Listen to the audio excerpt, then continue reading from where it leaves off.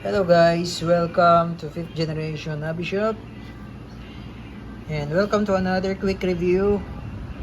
Re-review tayo guys ng isang mahaba, malakas na rifle, break barrel. Shoutout po pala natin si Sir Sherwin ng Negros Occidental. Sir, welcome to 5th generation Hobby Shop. So this is the Ultra 22 Magfire caliber 22 pellets po ang bala na to guys.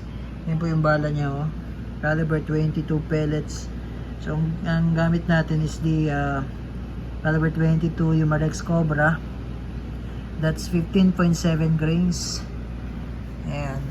So ito po yung model niya. Magfire Ultra Multi-Shot Break Barrel. Ultra 22 po siya, no? Caliber 22.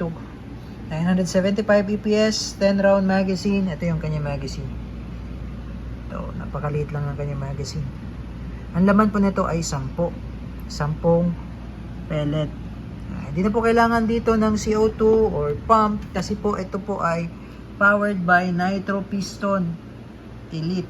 Ayan po ay brake barrel. So ito po yung binabali, no? Ayan.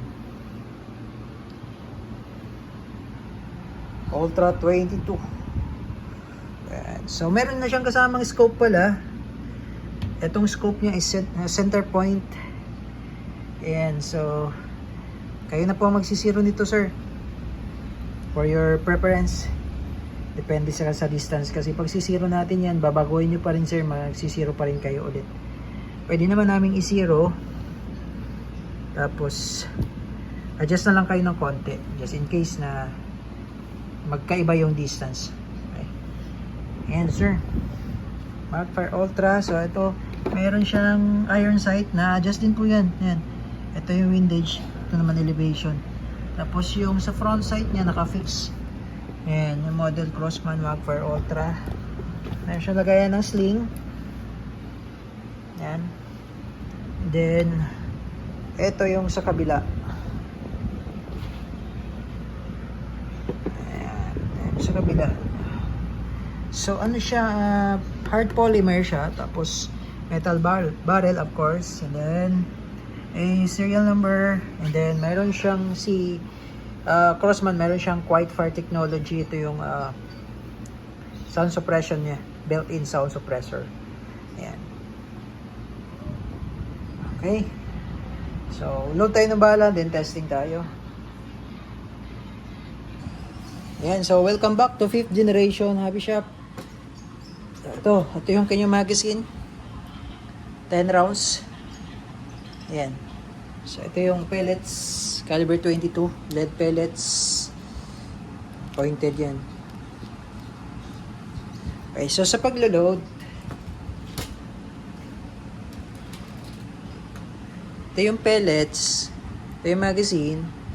Ayan, pag ganyan po ang pasok, may indicator naman po kung anong yung itsura ng pellet, ko ano yung position ng pellets pala, no? Yung position ng pellets. So pag ganyan po, no? Ayan, pag ganyan po. Ayan, tapos iikot nyo po ito, iikot nyo po. Ayan, pag yung arrow na yan yung ikot.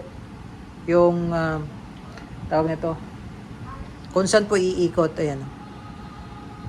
Ayan, so iikot nyo lang po hanggang sa mapuno nyo yung 10. Ayan, 9. Hanggang sa mapuno po siya.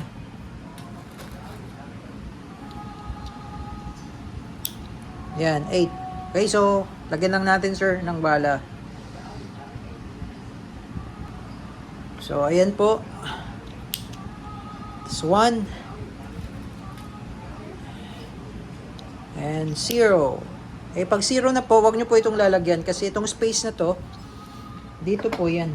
Tsaka hindi nyo na po yan maiikot eh. Yan. So wag na po yung lalagyan ng bala kasi dito po yung space na yan. Dito nyo po yan ilo-load. I mean, dito po yan papasok. Yan. Yan. So, yan yung lock. Okay, so yan po yung lock. Ngayon, pag hugutin, tatanggalin yung magazine, hugutin nyo lang. Yan. So, pag i-break nyo po, ito po, pag i-break, yan, pali lang. Yan, sagad. Tapos pag mano-mano, just in case walang magazine, nasira magazine, pwedeng mano-mano dito lagay yung load ng pellets. Ayan. Tapos balik. Yan. So, yan po yung brake barrel. So, hindi na kailangan ng CO2. Ang nagpapagana sa kanya yung nitro piston. Hindi na rin siya ipapump. So, isang bali lang, isang putok. Kasi dahil may magazine siya, balik ka lang ng balik, putok, balik, putok. Ayan. So, bawal po siyang iputok ng walang bala. So, sa ngayon po, testing lang muna. Ayan. Okay. So, load. Load tayo. Tapos may indicator din yan kung nakailang putok ka na. Okay. Testing.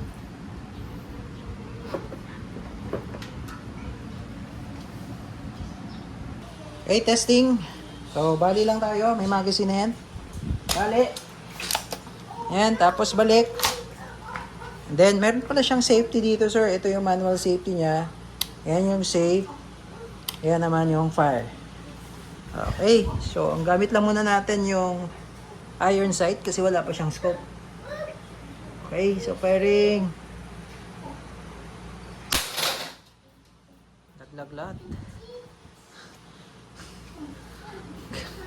Laglag lahat. Yan. So, naka first shot pa tayo, sir. Ayan, makikita niyo po, 1. Yan. Sa indicator niya sa magazine. So, kasa ulit. Bali lang ulit. Tapos, balik. Wala tayong target. Dito na lang sa okay. So, 2 shots. Ayan. Meron din siyang number 2 dyan. Ayan, sir. Hindi lang masyadong klaro. Ayan, 2. Okay. So, huwag nating ubusin, sir. Unload lang the magazine. Tapos, pwede nyo siyang lagay sa safety. Okay. So, yun lamang po.